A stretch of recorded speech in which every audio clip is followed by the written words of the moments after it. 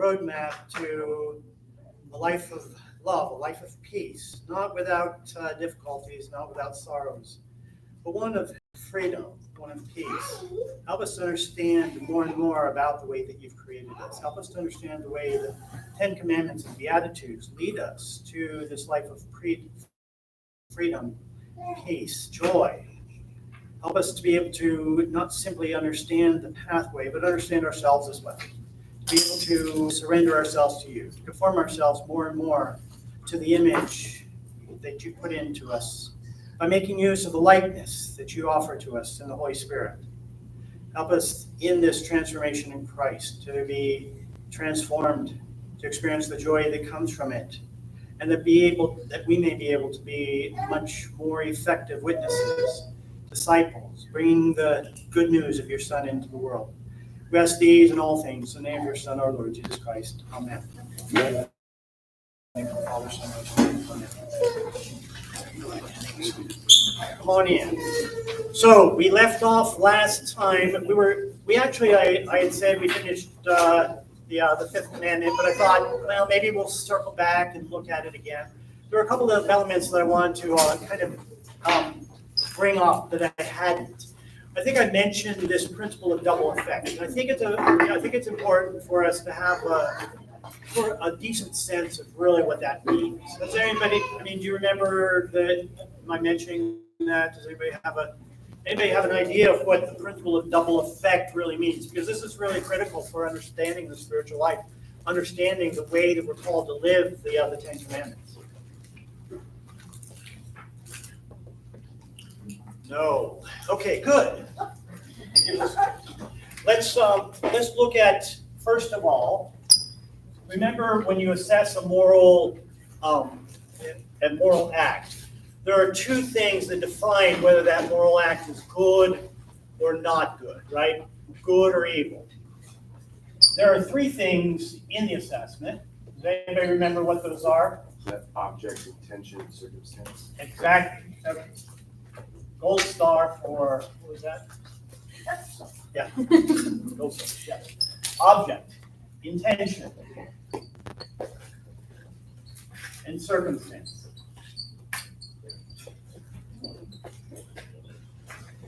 The object is what you can see from the outside, what somebody is trying to accomplish. Sometimes it's hard to, and sometimes it can be so difficult. Even people who are, and I think the closer you are to the event, the harder it is to actually see what the object is. Sometimes you need help to be able to see it, but the object is basically, it includes, right, all of the things that go into accomplishing an end. What is it that you're trying to accomplish? The intention, right, is what is interior. The only one that really knows what the intention is of the actor are the individual themselves and God. Both the object and the intention have to be good for the act to be good. This is very important. A good intention can't make with a bad object, can't make an act good. Right? This is oftentimes where you hear the phrase, it is kind of, right? The end, which is really an object, doesn't justify the means. Even if you have a good intention, right? The good intention doesn't make a bad object good. Someone who wishes to pay for I don't know, somebody, a child's surgery, right? But using an evil means to get the money, robbing a bank, right? Their intention is good, but it doesn't make the act itself good. The act is still an evil act. Both the object and intention have to be good. The circumstances can't make an act. The parent, right, might be under a lot of duress, but that duress doesn't make the act good. It might lessen the culpability somewhat, morally, right? If someone, even in that, were tempted to and given the opportunity to take money for their children, in a theft for their children, and they didn't, right? That would be even morally praiseworthy because of the duress pressure they're under and still willing to do the right thing. It makes a good act even more morally good, right? More morally praiseworthy. So circumstances are the ones that ultimately don't change the goodness or badness, but increase its gravity, its badness, or decrease it. And the other way around, and the goodness as well. So here's the thing. In terms of the principle of double effect, the object always has to be a good object, right? The object always has to be a good object that you're doing. And the intention has to be a good intention for whatever it is that you're doing. But there can be some consequences, even consequences that you foresee, that will be bad consequences. But if the object and intention are good, and if the consequences are what you're trying to prevent, a bad thing you're trying to prevent, is the most common time that this applies, is worse than the negative consequences, then you can carry it out. It's not an evil act. And this is, for example, in terms of why Christians can go to war. Right? You cannot, and this is very difficult, and oftentimes we don't really look at it from this perspective. But somebody in the military who is called to take somebody's life, or a policeman, right, who takes somebody's life. Well, that's permitted under the principle of double effect. What it is that you're trying to accomplish, right, can't be taking the person's life, even though that may be, in fact, the necessary consequence of what you're trying to do and trying to stop, right? The object has to be an object that includes, right, taking somebody, you can't be an innocent person. Right? You can't take an innocent person's life, but you can take an unjust aggressor's life. But the object is to prevent that person from doing greater harm. The intention, right, the object and one's interior intention have to be to protect the greater harm from being done. And it can't be that, so if one were to, even if it was in self-defense, to also use, take the other person's life out of an act of vengeance, that would be evil. You might not go to jail for it, but one would have to repent from any bad intention that one had. Does that make sense? So this is the way the just war theory goes. War is bad. It always brings about bad things. Innocent people always suffer. So there is a just war theory and there's a lot of debate about this, but just war doctrine basically, has principles associated with it. The Catechism goes into more detail about this. But ultimately, that has to, the just war doctrine defines the things that would make it just. It has to be a just reason, right? It has to be a just reason. Conquering somebody else's territory is never a just reason. But protecting your, people, your country from invasion is a just reason. But there are more requirements. The probability of you being able, it being successful, right? There has to be a proportion between the force that's used and to protect yourself and the proportion that's being used against you.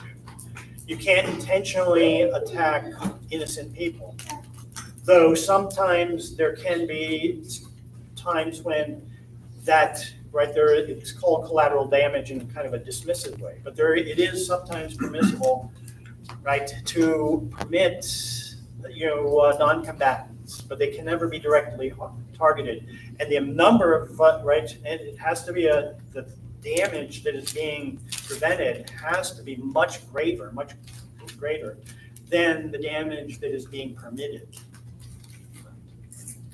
So it's important for us to realize, really, if you're in a circumstance in which taking somebody, that you have the duty for protection, and you have the authority that's given to you in one way or the other in terms of putting other people's life right at risk to protect others.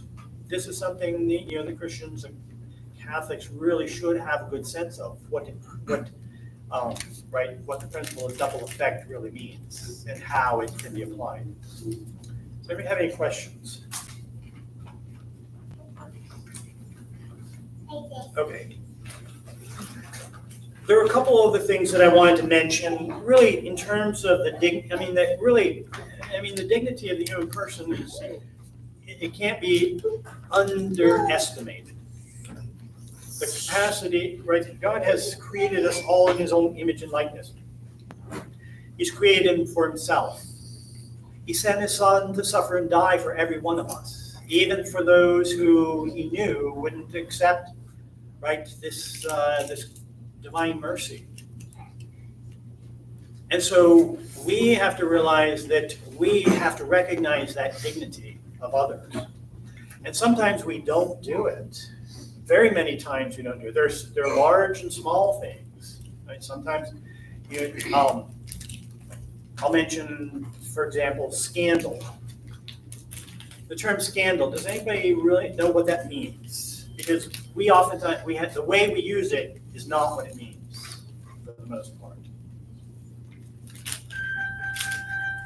Scandal, usually when we hear the term scandal, we mean that, that there's a lot of people take exception to the way something has happened, right? Scandal is really, a big kerfuffle. Scandal is probably, synonymous with people in business to a PR problem. That's not scandal. Scandal, actually, the term comes from the Greek, skandalon, which is a small stone, but it's a particular kind of stone, a stone on a pathway that causes people to stumble. A skandalon is something that causes people to stumble. When we use the term scandal, it means that whatever our actions are, it can cause somebody else to stumble in terms of, right, their life, their supernatural life. Anything that we might do, right, that would lead others to think that doing something that is wrong is okay, is what we mean by scandal. We are our brother's keeper. We are responsible for others. And so we have the responsibility whenever when we have done something that is gravely wrong, and others have become aware of that.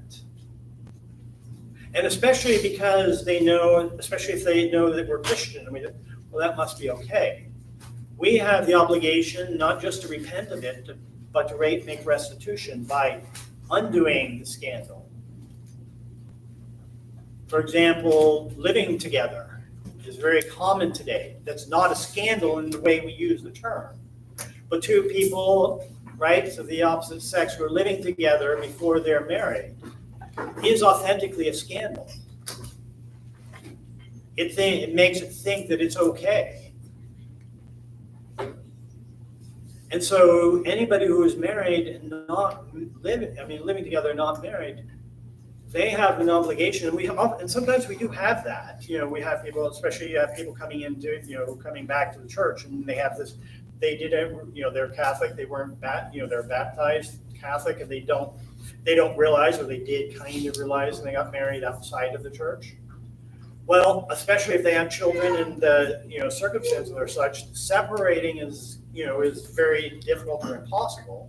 They still have the obligation of making sure that others around them realize that we've made a mistake and that we're taking action to repair this. And that they know that so that their lives don't continue to be a scandal. Does that make sense? Okay. Respect for health, and this is something that there are a lot of things. I mean, because things can be done doesn't mean that they should be done. We live in a society that we've really become upside down about things. We hear, that, for example, in business, well, that's just business. What does that mean? It means that really, if it means this, if the end justifies the means. If it leads to profit, well, that's good. Doesn't matter how you get there. That's a very dangerous thing a very dangerous situation to be in. The term economics. This was basically coined by the Greeks, by the way that Plato uses this. That's economics is ethics, at the local level, the level of the family, the level of exchange, and now it's just business, kind of an amoral idea that comes about with business.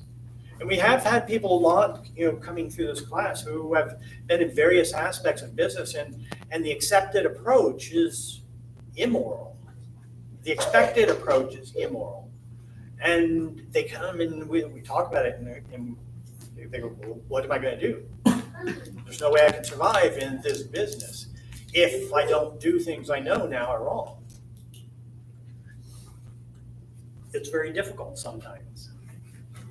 Politics. Plato, politics, the way he uses politics, it's ethics at the level of government. And now politics basically means that you can lie and get away with it because it serves a greater good. We're very much upside down. We have to recognize that by our society, we just have become so confused about life. What life is about, what these things are for. And so it's true also in medicine. Medicine is almost the sense, if it can be done, it must be done. That's not true. It's not true. Medicine is for restoring, right? Restoring to health those things that have gone astray, those things that have become disordered. It doesn't mean that we can do anything that it is that we would like to do. There are many different kinds of things. For example, there's a principle in terms of the dignity of the human person. And remember, we're a body and soul unity. Who we are possesses our body and soul. Our soul and our body are not separate. Our body is not just some material made to manipulate however we wish. What we do to the body happens to the soul. And whatever happens within the soul is registered in some way in the body. There's no separation between the two. And so there is this principle of bodily integrity.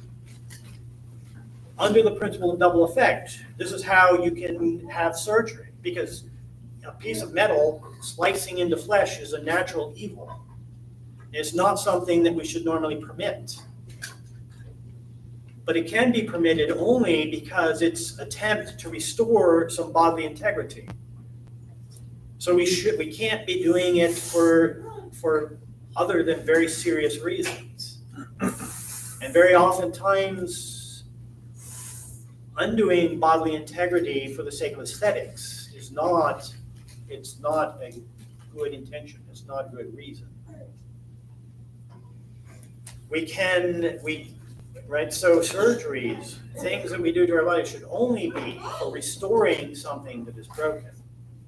Now, there are certain times that we can do that for helping somebody restore their own bodily integrity. For example, we have 2 kidneys, you can donate one to someone. That's a great act of charity to help them out of love to restore their bodily integrity because they have lost their kidney functioning. Does that make sense? Things in terms of, I think I've mentioned this already, but we talked about euthanasia. I wanted to mention something about that. God is the author of life. We can't have the choice of when our lives end, regardless of how difficult we might think that they are. ultimately, we have to allow, right, God to make that decision. But there is something called palliative care, and this is important for us to know. It's because we're living longer. We are all going to be in a circumstance where we are going to be making a decision for loved ones. Palliative care basically means this: we don't have to allow a person to suffer when there are things we can do to stop that suffering. But it can't be with intending the person's life to be brought to an end. We can use, and this is very difficult, I think, oftentimes anybody that, we have people that are, very oftentimes involved in, hospice care. And hospice is a very difficult circumstance to be in. I mean, it is very beautiful, when it's done well and it's done right. But other times, unfortunately, the way it's just structured in the United States, only one form of palliative care, one form, using morphine, which is not very effective compared to others, and certainly not in certain indications. But having to use that as the only one, can present problems because it can hasten death. Now, in palliative care, you can treat, right? You can treat, and even if you know that death will come about because of this, but you need to treat the person in such a way that to manage manage their pain. But you can't be intending to bring that about. And oftentimes, unfortunately, especially because the way that things work, that becomes like a looks, this person was twitching, must be in pain. Let's give them more morphine. That certainly is not the right intention. Yes. What about prolonging death? Yes, you mean in terms of Treatments can prolong death versus right, taking life. right. Yes. So this is another thing. Prolonging. I mean, yes, you don't have to. There are treatments that are that can be possible, but we shouldn't do everything that's possible, as I suggested. But it doesn't mean that you don't. I mean, being able to breathe is natural. Some countries where you don't have the ability to offer certain kinds of treatments, their circumstances can change. But eating, food, right, hydration, those are natural things. Depriving those are not. There are some cases where the person can no longer, their kidneys are no longer functioning. They can no longer process food, and so then it becomes, not indicated. But you're not prolonging, but by withholding nutrition, withholding hydration, that's not prolonging death. That's hastening death. So there is a distinction here that we have to be very careful about. If that makes sense. So we don't have to, just because something can be done, either treatments or that we don't have to. The principle that is given here is the distinction between ordinary care and extraordinary care. Ordinary care must always be given. Extraordinary care does not need to be given when when it is simply, as we suggest, as you mentioned, simply prolonging death. So it's okay to sign in certain circumstances the DNR. Certain circumstances it could be, but it's best to, if it's possible, for a person not to sign the DNR, but to have the person making judgment, somebody there to make the judgment, who can make the judgment in certain circumstances. Because something that might, in one circumstance, things can change. That where where not resuscitating might be indicated, in another circumstance, something could change. And being able to understand really what all of the ramifications are at each event, which at the end of life, and those things can be very dynamic. Yes. What is the church's teaching on, I know you mentioned it's charitable to donate a kidney, like obviously when you're sound in mind, you're healthy, Right. But what about like when you mark on like you do not resuscitate and you opt to be an organ donor? What is the church's teaching on that? The church still it's easy for me to say. The church says that, I mean, that also is a, is a gift to be able to allow your organs to be donated. But it's also something that's very fraught with, I mean, we're at a time, especially because there are those who are taking and harvesting organs have a completely different mindset than we do. And I mean, than they ought to, I should say. And so, the idea even of brain death is such is something that just is so in debate, whether that can really be, defined or not. And so, and some organs can only be harvested before, while the body is still functioning. I mean, just philosophically, it doesn't make a lot of sense that, the soul's left the body, but the body is still functioning. It doesn't really, philosophically, it doesn't compute. That would be a possibility. When you remove, when the body is functioning and you remove, this ordinary treatment to keep it functioning, you can't start it up again. Something is lost, right? Yeah. Something is lost there. So it really is an issue that we do have to, I mean, individually, I will say the church permits it, but we also have to have a good understanding of what it is that we are, what we're consenting to. And I would say, generally, having marked on your, having a power of attorney, a medical power of attorney, is the best approach to things. And letting your loved ones who have the power of attorney make the decision based upon where we all understand making the decisions at the time and not having some predetermined decision made that can't take into account all of the circumstances that could potentially happen. Does that make sense? So generally, we shouldn't have we should have medical power of attorneys, but we shouldn't have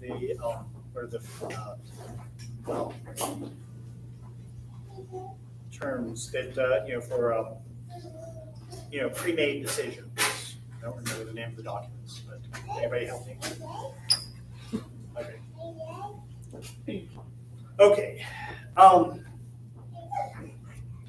Let's move then to the sixth commandment.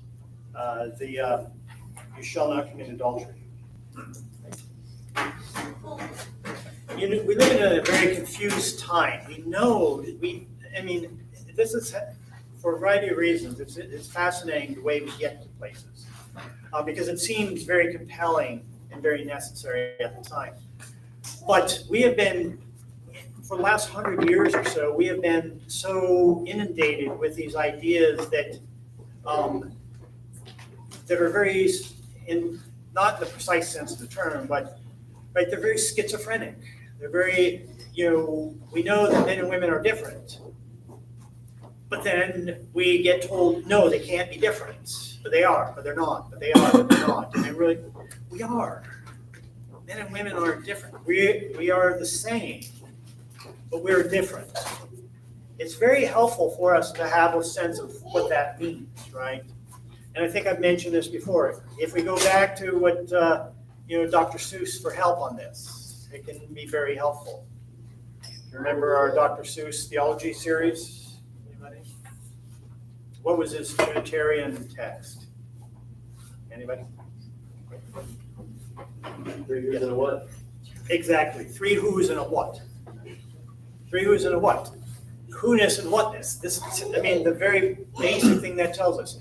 A who is a different way of being than a what. Well, they're never separate. They're just two different ways of being. And what was his Christology text?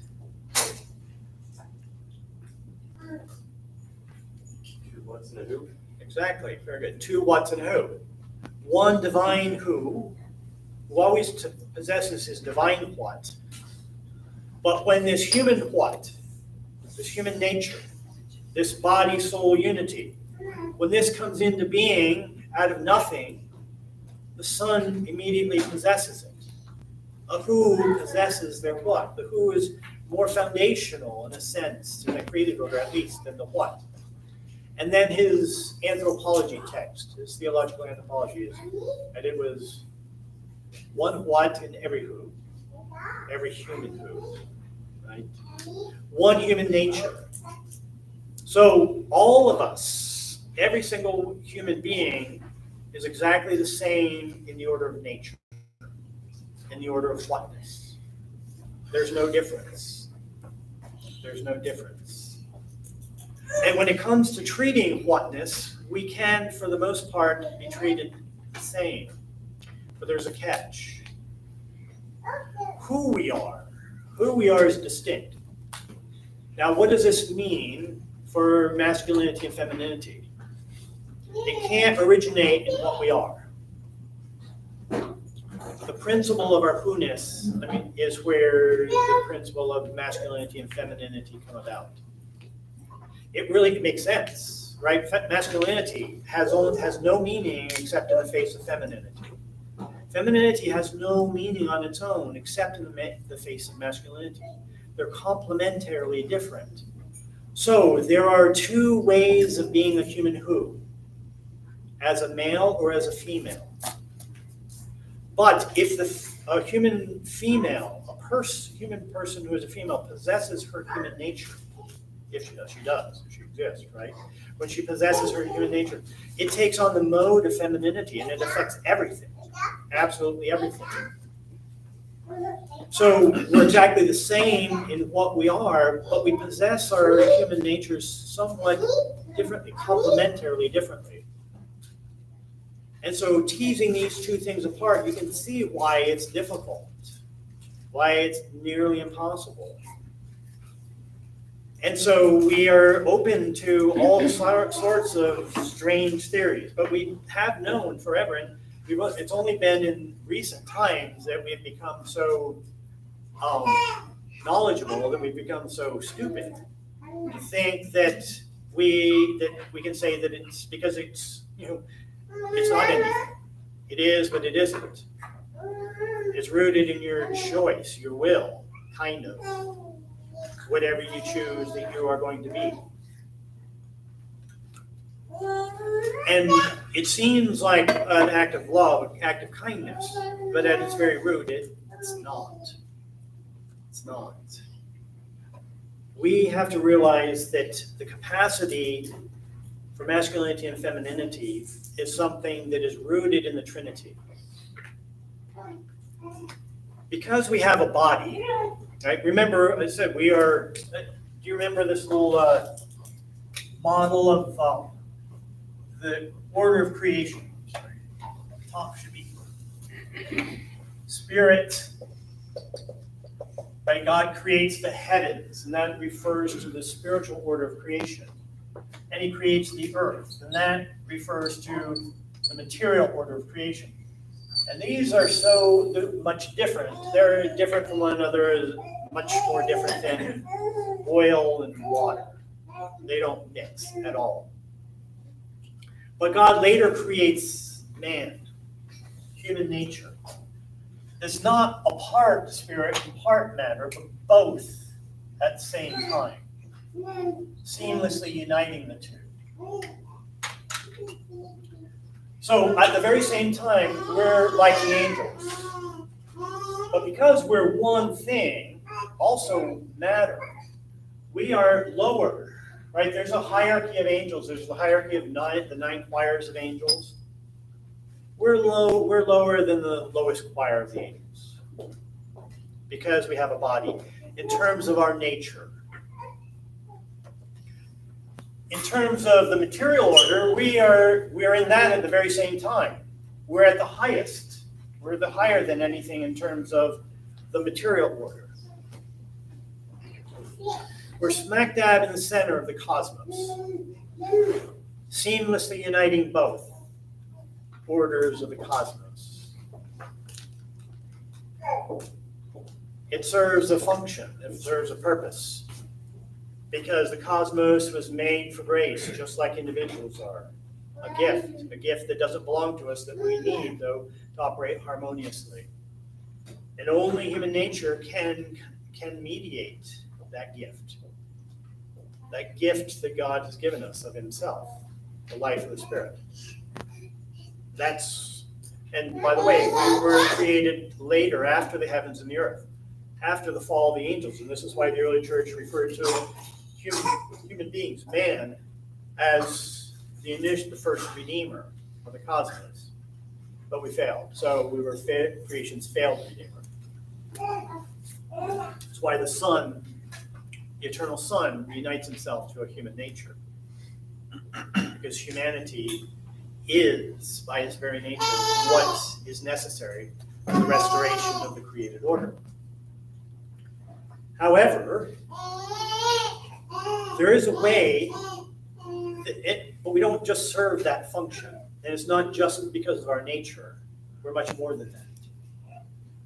The very fact that we have a body, while it makes us less than the angels in the order of what we are, it makes us greater than the angels in the order of who we are.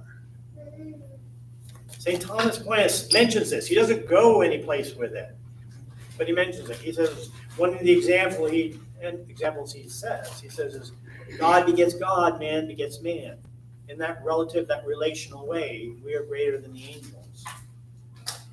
And that begetting is not just that animals can beget, but they're begetting. New animals, right, can't come about as the fruit of love. Only can that happen with man. Man can love because we are spiritual. Only spiritual beings have the capacity to love. They have an intellect to know the other and a free will to choose the good in the other, to give themselves to the other. We can't love as well as even the lowest of the angels. But the way that we can love, where that love bears fruit in a new person, a new human being that didn't previously exist, reflects the Trinity in a way that the angels cannot. None of the angels can. So this is the strange paradox. What makes us lower than the angels also makes us higher than the angels. It's a great dignity. It's not just a natural good that this human coupling can bring about, grounded in love, grounded in all of the things that family means. Once a family, always a family, selfless, not for self-benefit, but for nurturing of love of the family. Irrevocably a family. Once a family, always a family. This is all of those things that it means. It has the capacity to make this natural, this nuptial love, redemptive love. And this is what Jesus Christ does. This is why it's not just one of many different kinds of metaphors that God said, well, we can use this, that, and the other thing in terms of his relationship with his people. The central analogy, the central relationship is the nuptial relationship. If you read the prophets, as we get closer and closer to the incarnation, all the different ways that we see the relationship, the way that God described his relationship with his people, all of them melt into the background, and one becomes predominant. It is marriage. And the prophets show that the marriage is not yet consummated. It's a betrothal marriage. And we see where that St. Augustine, anybody know who St. Augustine is? Yes.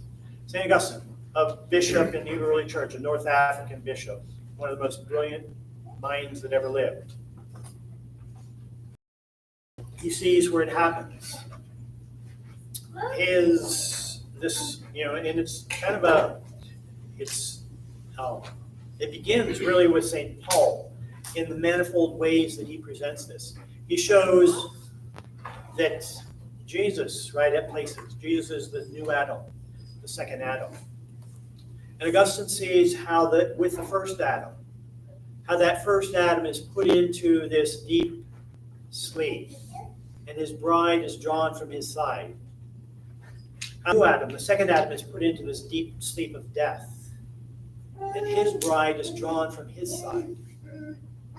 Right? And St. Augustine points to, he didn't have the terminology at the time, but we would call them the sacraments of initiation. the blood and the water. The water, the body, right, the sacrament of baptism. It's by baptism we die with Christ and we become one flesh with him, in a sense. We become members of the body. The body is populated through baptism. And the blood of the Eucharist. The one flesh union that is lived on, where we are what we eat. We are the body of Christ because we eat the body of Christ. Body, blood, soul, and divinity. We receive our bridegroom. The members of the bride do. This is where the consummation occurs on the cross. And St. Paul talks about this relationship of Christ on the cross to the bride. This he calls in his letter to the Ephesians the great mystery. The relationship of Christ to his church is that same relationship of Christian husband and wife. Nuptial love becomes redemptive love on the cross. And the great mystery means that in Christian marriage it's the same thing. And that spousal love that Christ has for his church is that same spousal love that the husband and wife have for one another.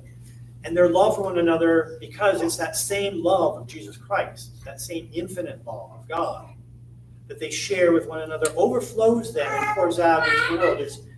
Marriage is redemptive.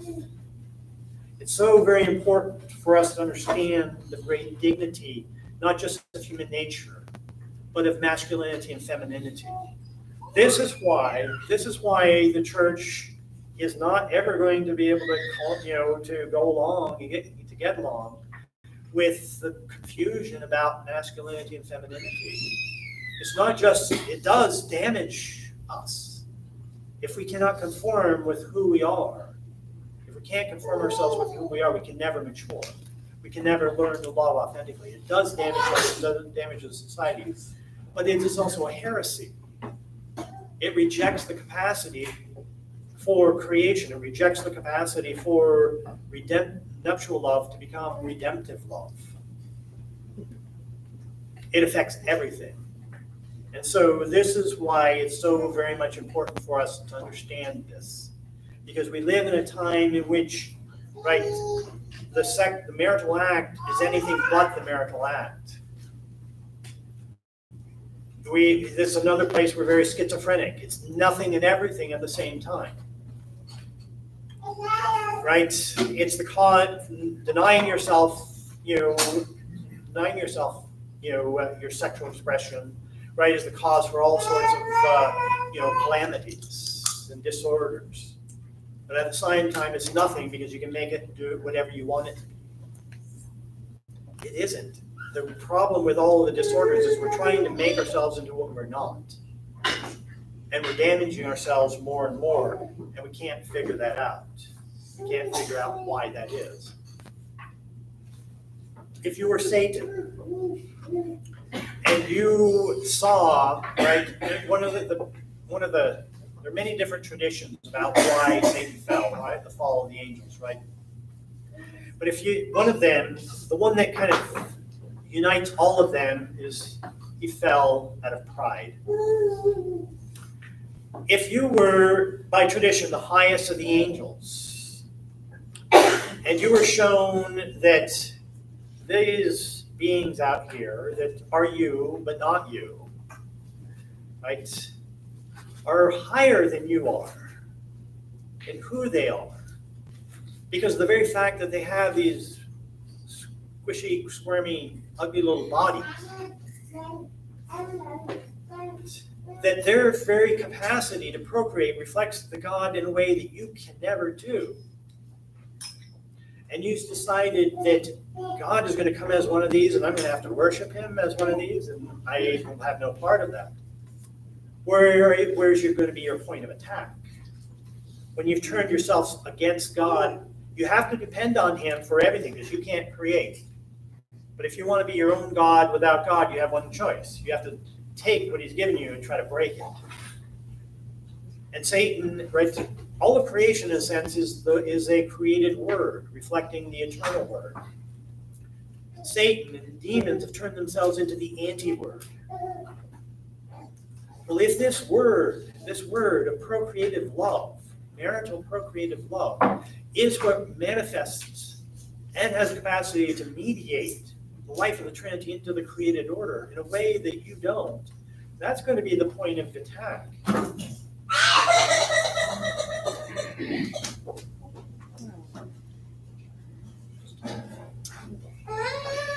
If that's going to be that, and we've seen that from the very beginning. In fact, some traditions are that was the fall of Adam and Eve. A distortion, somehow trying to distort the marital act, whatever it might have been. And he's been up to it ever since. And by the way, it's not very hard.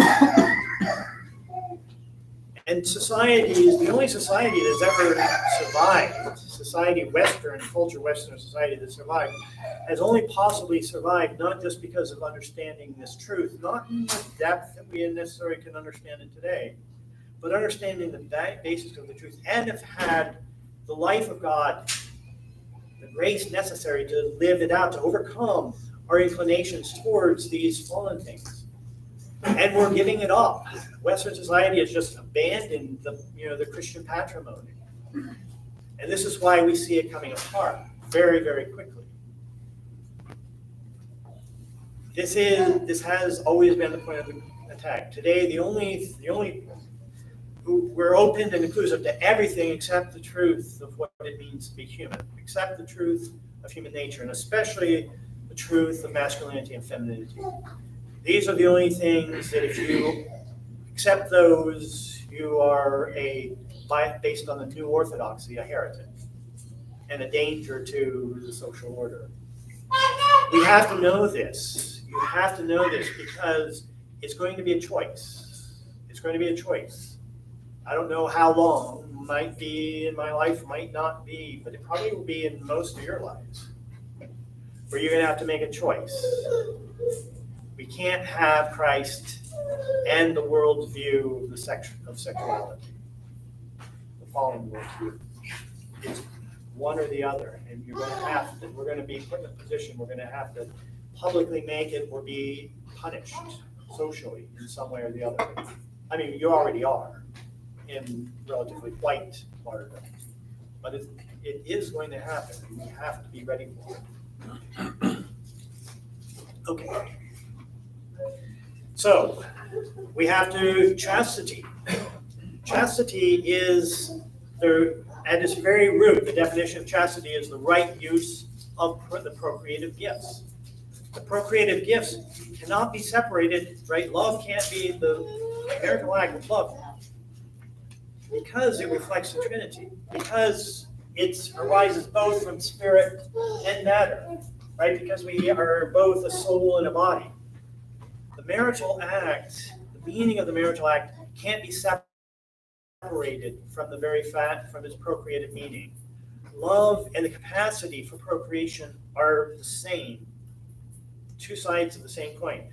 The procreative capacity arises from the very fact, we've already said it, that we're a body.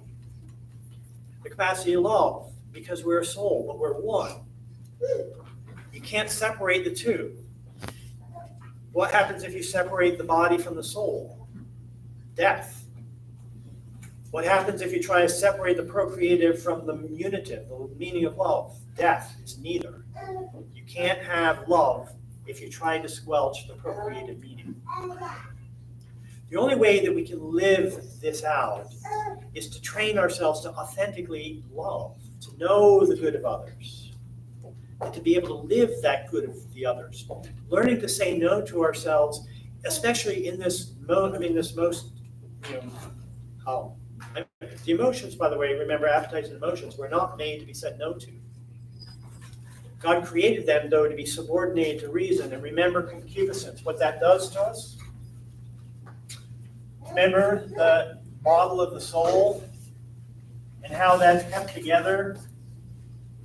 Right? This is the appetites and emotions, the largest, because it's supposed to be subordinated to reason. This is the intellect and the will.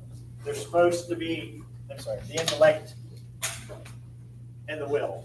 Intellect is the will and top. Grace.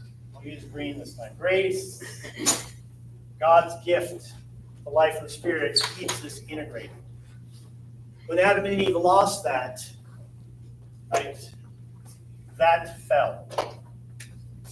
We now are the default state, not the natural state. This is the natural state. The default state now is one of collapse, one of disintegration. Love in this state was a natural occurrence, authentic love. The way that we live now, love is a task, it's work.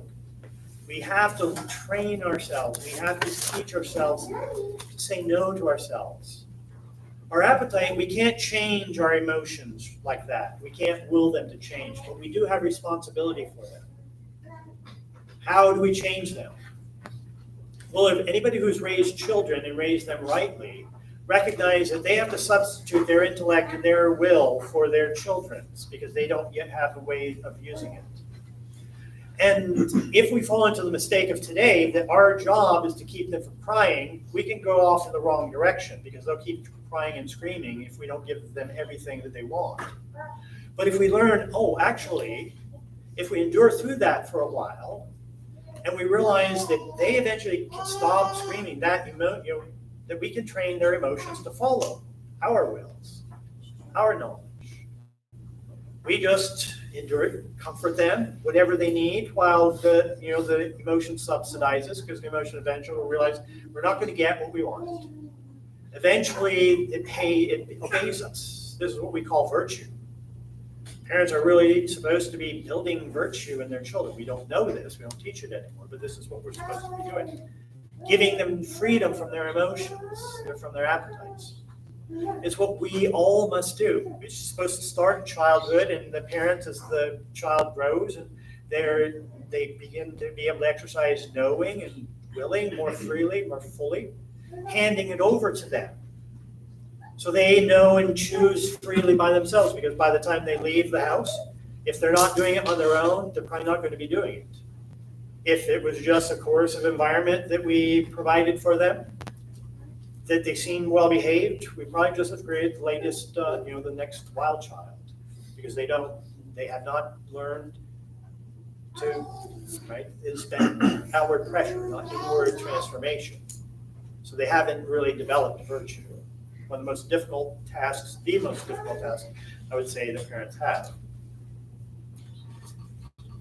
This is what's necessary. Chastity, practicing chastity in terms of this most difficult to maneuver, to wield, appetite, is the virtue that helps us to learn to love. It gives us freedom from our appetites, our emotions. It's very hard to do, and it takes a lot more work in the world today, which tells us we owe it to ourselves just to get into whatever it is parents are told today, teach your children, the right way to raise your children is teaching them about safe sex. No, tell them about authentic sex. Give them the virtue that they're necessary to know what they can deal with, what the world they're going to be faced in the world. Chastity, the right use of the procreative gifts. How are they rightly used? Well, they're not rightly used in any way outside of marital love, outside the marital act. So anything outside of the marital act, which is both love and procreative, ordered to that. Doesn't mean procreation has to occur every time. We just can't suppress it. It's not the marital act if the act is not, by its very object, capable of bringing about rights about love, about a child. So it can't be love. All of those things are against chastity. And if it's against chastity, what it ends up doing is we devolve into using the other for whatever we get out of it. Pleasure, bonding, right? Self-affirmation. These are good things, but only when they're ordered to love. These are fruits that will change us only when it's ordered to love. So we have to understand what chastity is. Only grace, only God's supernatural gift will give us what is necessary for us to be able to do this, especially in this world. Offenses against chastity, of course. Well, by the way, chastity in the single life, obvious. It's complete sexual continence. In married life, we still have to be chaste. Every expression of marital love, of sexual love, that engages the procreative capacities has to be an act that's open to procreation. And if it's not, then it's not a chaste act. Okay. This isn't. It's very important, so I'm spending a little bit more time on it than probably I should, given the time we have. But lust. What is lust? Lust is what? It's giving in to concupiscent desire for the sex, for the sexual excitement, sexual desire, a desire for an act, right, that we are not able to be engaged in. It's not lust, by the way, because you first feel something that you could consider lustful. That's not yet lust. It could be a concupiscent thought. It could be a concupiscent emotion. But until we say yes to it, it's when we say yes to it that it becomes lust. That it damages us, wounds us, damages us, and reduces our capacity for love. Masturbation, of course, fornication. Fornication is simply the sexual act outside of marriage. Pornography. This is why pornography is such a cancer. It's why it can, especially for men, can be so addictive. And it really depends. We don't have time to go into why men experience pornography in a different way.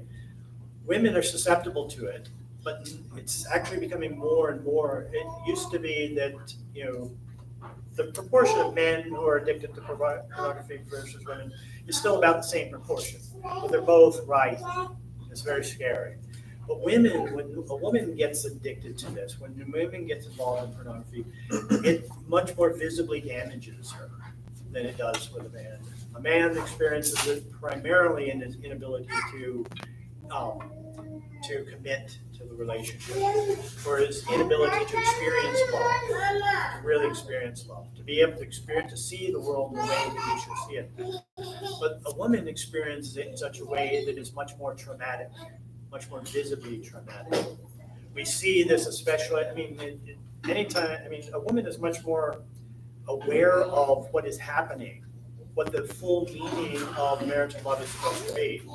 And the more and more, right, that women are told to act like men, not just men, but fallen men, the worst aspect of men, the more damage we see. We see, for example, body dysmorphia, eating disorders, cutting percentages have been much more among women. And there's generally, especially cutting, with those that get involved in cutting, they describe why they cut. They say, I'm just in this, I'm in this trauma, this great pain. I don't know where it's coming from. And at least with cutting, I can control the pain. The pain is coming from being told that you have to act this way that is not the way you were made.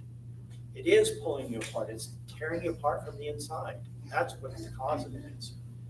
You're not being equal with men, except for men on the way to hell, right? It's not an equality with men to act like it. It's not good for either men or women. But women in many ways suffer, at least visibly, more from this. Of course, we can see that, prostitution, rape, homosexual acts, homosexual inclination towards the other sex is, properly speaking, not ordered to the created order. So it's a disorder. It's a disorder. This is why the Catechism calls it a disorder. I know it might, we go, wow, you say that? We have to. We have to recognize that it's not good. it damages people. And we have to accept people, we can't reject people who are mistaken about this. But you can't show your acceptance for them by accepting things that damage them. It's a very hard row to hoe to figure out how you can show love and acceptance for people who have so identified themselves with this disorder that not to accept everything. And by the way, because it's a disorder, they require this continual affirmation because deep down they recognize there's something wrong. And they need continual reaffirmation that things are okay. And so we do get put in positions where you can't get away with not saying something.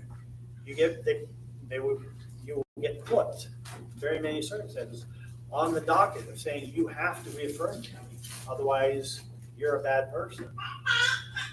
But we can't reaffirm things that damage. That's right. It might be a good intention, but it's a bad object.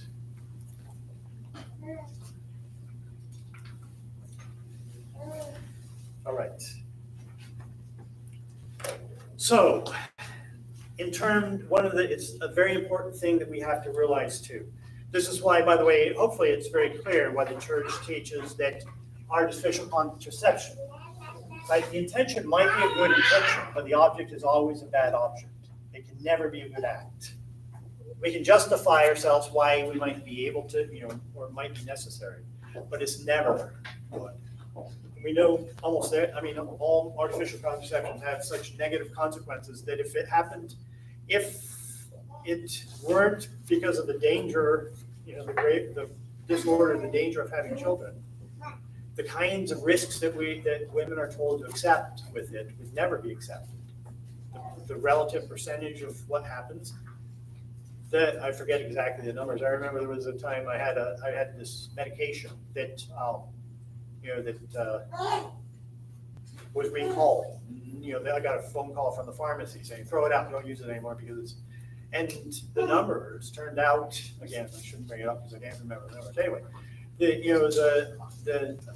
the probability of a problem was beyond what was acceptable, but it was much less than the kinds of problems that pulmonary embolisms, right? IBTs, cancer, all the things that using the progesterone pill can cause. Just the way we treat it. If you look at it from the outside objectively, you know that there's something different here. Kinds of things that we're willing to accept.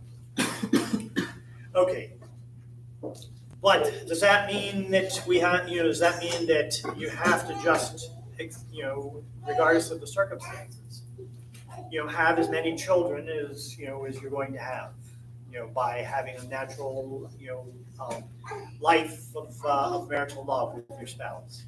Well, no, the church teaches, that there is the capacity, and we have this, actually we know a lot more about, about a woman's fertility cycle than we in her fertility system than we ever would have with the way that medicine has looked at it. The common medicine, which is more about trying to control outcomes, but rather than understand really what's happening. But there's something called natural family planning that every Christian should, every Catholic must have. That is in. We need to know about it. We need to be able to share about it. Natural family planning begins with fertility awareness. And responsible parenthood simply means using God's judgment, not using fear, right? Not based on fear, driven by generosity, but being very prayerful about what God is calling us to in terms of spacing children. We can't go into, by the way, we have to recognize that marriage can't be separated from openness to having children. So, right, you can't enter into a Christian marriage with the idea you're not going to have children. But you're in the age of having children.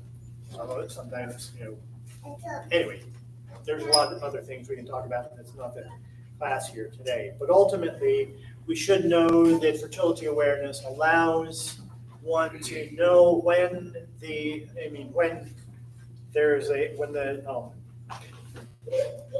sometimes I don't think we should say the woman, it really is the couple. That when, right, is a very high probability of, conceiving, when there's no probability of conceiving, and when there's an increased possibility of conceiving. Very, very precisely. It's not based upon a calendar, it's based upon looking at specific indicators from the woman's body, but specific indicators that with very much precision, down to the day of when ovulation and when these occur. It also has a lot of good effects.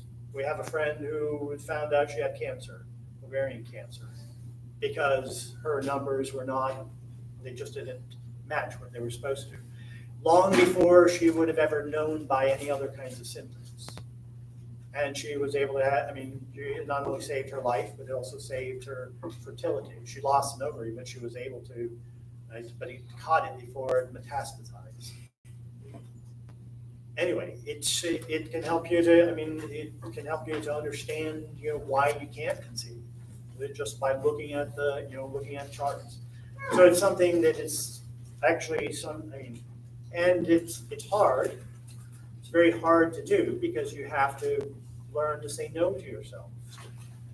But if you learn to say no to yourselves, that hardness is also stretches your heart.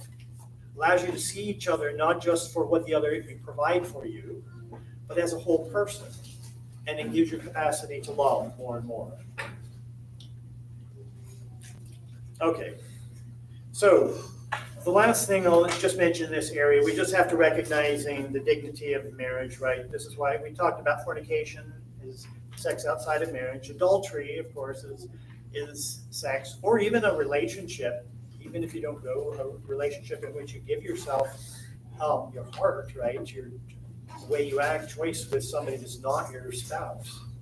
But it's more grave, especially when it becomes manifested also through the marital act, which is not the marital act. Divorce. Divorce is it undermines really what family is. And so divorce is always gravely wrong. But this is what we have to recognize too. While divorce is always gravely wrong, sometimes there are circumstances that the damage that is being done in a relationship is much worse. And so civil divorce can be permitted when the damage is when there's emotional, psychological, or physical, right, damage that is being done. But here's the thing: is that once married, always married. A civil divorce doesn't say anything about the marriage. It protects the partners from one another. But it doesn't say that it doesn't mean that you're not married. All of the other things, everything that you can live out in terms of the marital vows have to be lived out.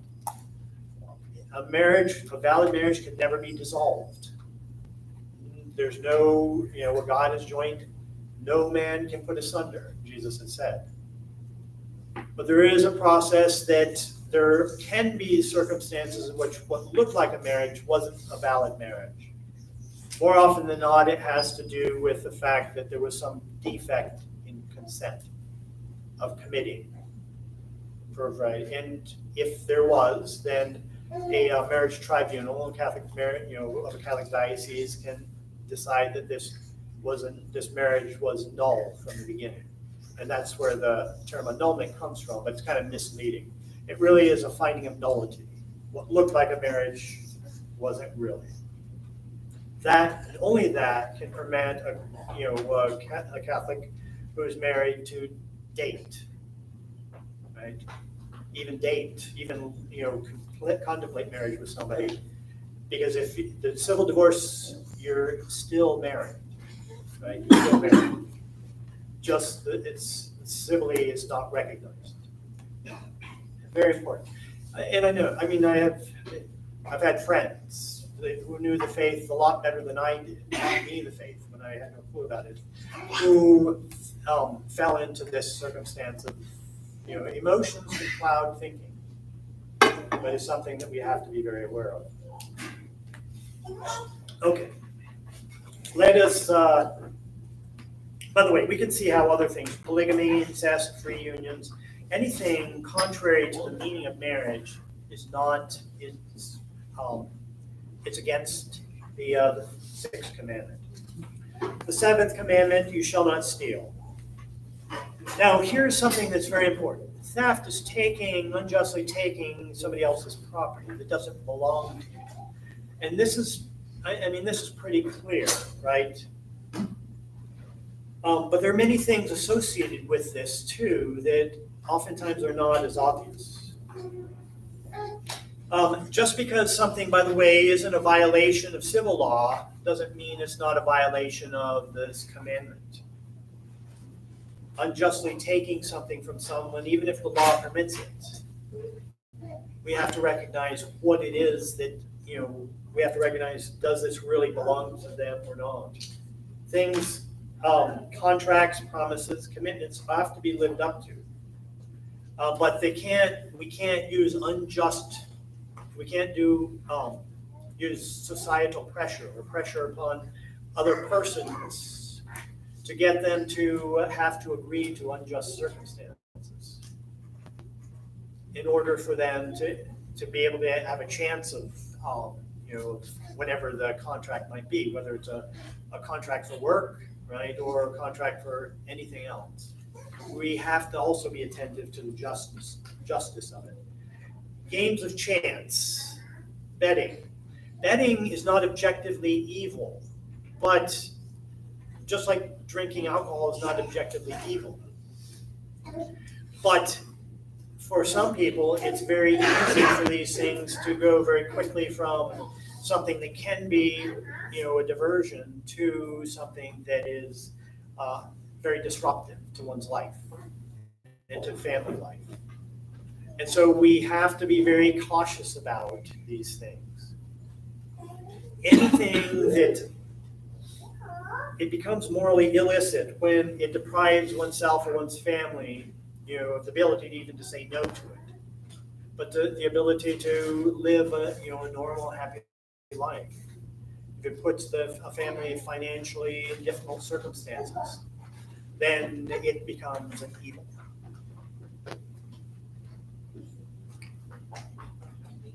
Enslavement is as well. There's a principle that I think is very important for us to understand about private property, and I think we talked a little bit about it in the session on and the morality and social justice. But private property is a principle. It's a principle that arises from the fact we're a body, because the body demands change. Body is the source of change. And the change in the world, we have to, for the most part, take things into ourselves. We need to nurture ourselves, to grow and to mature.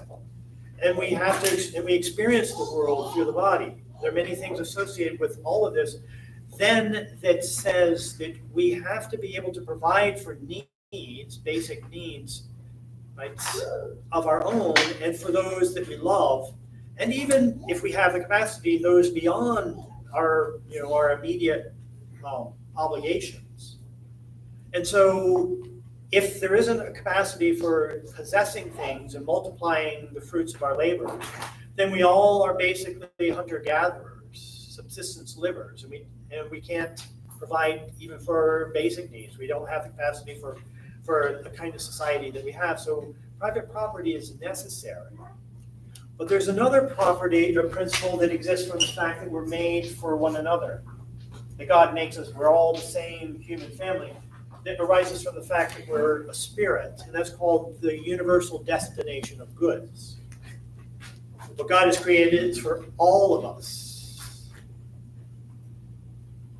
So private property doesn't get yours. Private property then because these two, just like we're body and soul, it's not, I prefer private property, you prefer, the universal destination of goods. That sounds very communistic. The communists were right about one thing, that that this was a common good that we all should share. They were wrong because they rejected private property. If we're the kind of capitalists that reject the universal destination of goods, then we're just making the opposite error. So everything seems like communism to us. They're both at the same time. That means that we are stewards of God's goods. Well, we have the first, it's not a selfishness, a self-referentiality, but we do, just like if you're flying on a plane and you're the safety briefing ahead of time that nobody ever listens to. They tell you, well, in case that, if we're at altitude, and, if there's a loss of cabin pressure, this masks are going to fall down. Well, they're telling the parents, put the mask on first. Why, to be selfish? No, because if you don't put it on first, you're probably not going to be able to put it on your child because you're going to be, unconscious. This is the same. This means that we have a responsibility for taking care of ourselves first. So we're not, so we don't put other people in the obligation of taking care of us when we can take care of ourselves. And then we have those that we're responsible for around us, right? But it's not a selfishness. It's a recognition that we provide for our basic needs and those around us, and then we have whatever other that we have left, we can provide for those beyond us. We are stewards, so we need to be more attentive to how God calls us to use these goods that He's given us. Eighth commandment, you shall not bear false witness. We always have to live the truth. Remember what Pilate's question was to Jesus. Probably the most ironic question ever asked. You've heard this probably from teachers, there's no such thing as a dumb question. Well, if there is, that was a dumb question. What is truth? He was looking at truth in the face. Truth is a person more than it is a thing. Truth is this relationship that we have with God. And anytime we're willing to depart from truth, then we're rejecting our relationship with Jesus Christ. We're rejecting our relationship with God in greater or lesser gravity. We're called to be witnesses of truth, of Jesus Christ Himself. Anytime we're not, we're anti-disciples, anti-words. This is a very high priority that we then place on truth. False witness, right? Perjury. Even rash judgment. We allow ourselves to jump to conclusions and thereby especially denigrate people or their reputation. Or if we're responsible for people, causing them to lose their jobs, whatever the gravity is of our, right, of the rash judgment is the gravity of making a rash judgment. There's a sin called calumny, telling a falsehood about others that cause them to lose their reputation. If we do that, this is a reparative or restorative obligation. Not just to apologize, not to repent, but to restore, do whatever we can to restore their reputation. There's another sin that most of us probably would be surprised about. It's called detraction. Detraction is telling a truth about somebody that damages their reputation. Everybody has a right to a good reputation. If we tell, this is why gossip is a sin. It's detraction, whether it's true or not. Now, if someone is, if someone comes to us and they have a right or a need to know about somebody because they're going to be making a job offer or something like that, well, then telling them the truth about somebody that's, that's not favorable to them, but that's still the truth, is not detraction. But if there's no reason to share something about somebody that damages this knowingly damaging their reputation, and that's all we do, then that is the sin of detraction. It's very easy to fall into. And we don't see the harm of it unless it happens to us. And then we can see, oh yeah, it should be. It is. It's still an offense against this commandment. Okay. There's just so many things. By the way, I would strongly recommend going through, the catechism is very easy to read on these commandments, right? We give you the little compendium of the catechism of the Catholic Church, which is kind of a summary of it, but the whole catechism is much better. I mean, you can go into much more detail. And again, especially in the Ten Commandments, I think it's very much easier to read than maybe the first part of it. The last thing I'll say is that one of the things we do have to recognize is that while we must always tell the truth, we don't always have to tell everybody the whole truth.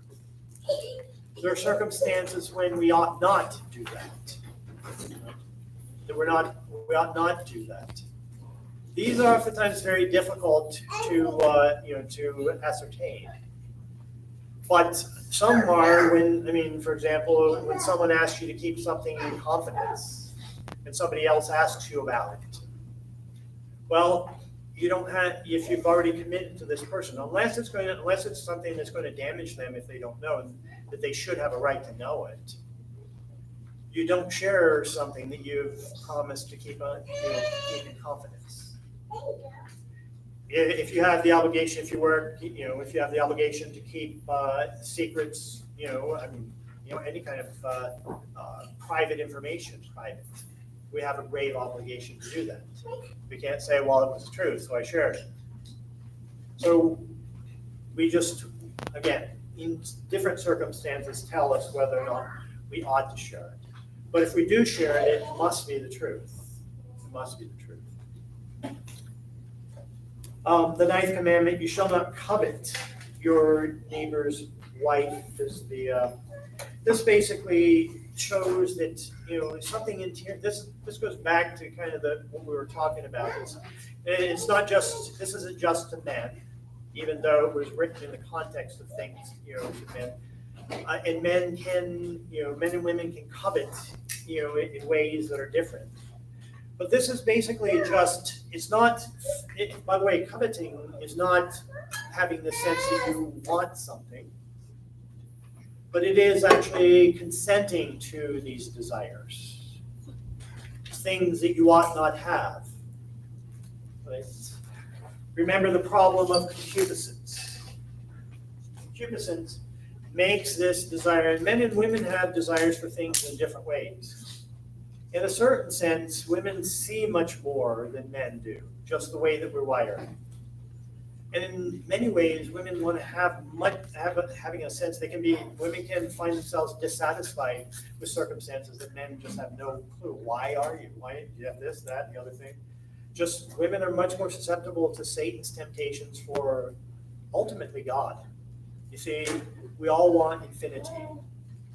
We all are made, only God can satisfy us. Satan will use that urge to make us want to satisfy everything here, now, in the way that we want it. Men tend to want particular things at one time because they're just the way we're wired. We can be so focused, we can see just one thing and nothing else at the same time. And so we can be oblivious to the fact that we're not satisfying this thing and the other thing. And men and women, husbands and wives often be at odds about what things ought to look like in the family and marriage life because of that. We have to know these differences and talk about them in this way, but ultimately we have to recognize that the solution to concupiscence, the solution to covetousness, wanting to have things that we don't have, is being human, being thankful for the things that we do have. We should begin our day and continue our day with looking at specific things. Oh, I've woken up. I have consciousness. I'm alive. That's a great gift. Thank you. I'm breathing. Right? I'm metabolizing. I have a house that I'm waking up in, a bed to live in, to sleep in. Boy, how many people don't? I have more than I need. I shouldn't be able to be easily focused on the things that I don't have that I think I should have. Covetousness is this really is the root of what God calls us to, the purity of the heart. Wanting what God wants for us. Wanting God's will becomes so much easier when we're thankful for everything that He's given us. And this is the same thing in terms of one's name, one's goods. We have to not just, other persons. This is Saul, don't, comparing others to our husbands or wives who have things that they don't, this other person has something. That's the first dangerous step that has to be squelched. The goods, both of these are being thankful for the person that we have. The last point are the Beatitudes. We don't have a lot of time to go through the Beatitudes. I thought we'd have plenty of time, but we never do we? When I'm here. I'm sure that Alan and Rachel are much better at staying on task than me. Let me say that in the grand scheme of things, the Beatitudes are, if the Ten Commandments are more or less like turning out of ourselves and turning towards God, turning towards one another. The Beatitudes are like the embrace. Like the embrace. The Beatitudes have to be understood in terms of the spiritual life, about learning to love, to give ourselves away to God and give away to one another. Blessed are the poor in spirit. This is the spiritual poverty, recognizing we do not have within ourselves what we need for our happiness, our fulfillment. And we cannot take it from anybody else. It will only be given to us freely. But until we have the spiritual poverty, we're going to think that we can do it on our own. Blessed are those who mourn. This mourning is this recognizing that we do not have it and that we're completely dependent upon God. Because we're made for Him and He's the only one, the only thing that can satisfy us. That leads us to meekness. We squelch the ego within ourselves that Satan is continually trying to rile up. To think we deserve it, to think that we are all that, think everything revolves around us. Blessed are those who hunger for righteousness. What is righteousness? It's God's grace. It's partaking in the divine nature, as St. Peter says. It is the life of the Spirit within us. We have to hunger for it. We can't think it's our due. It's not. It's a gift.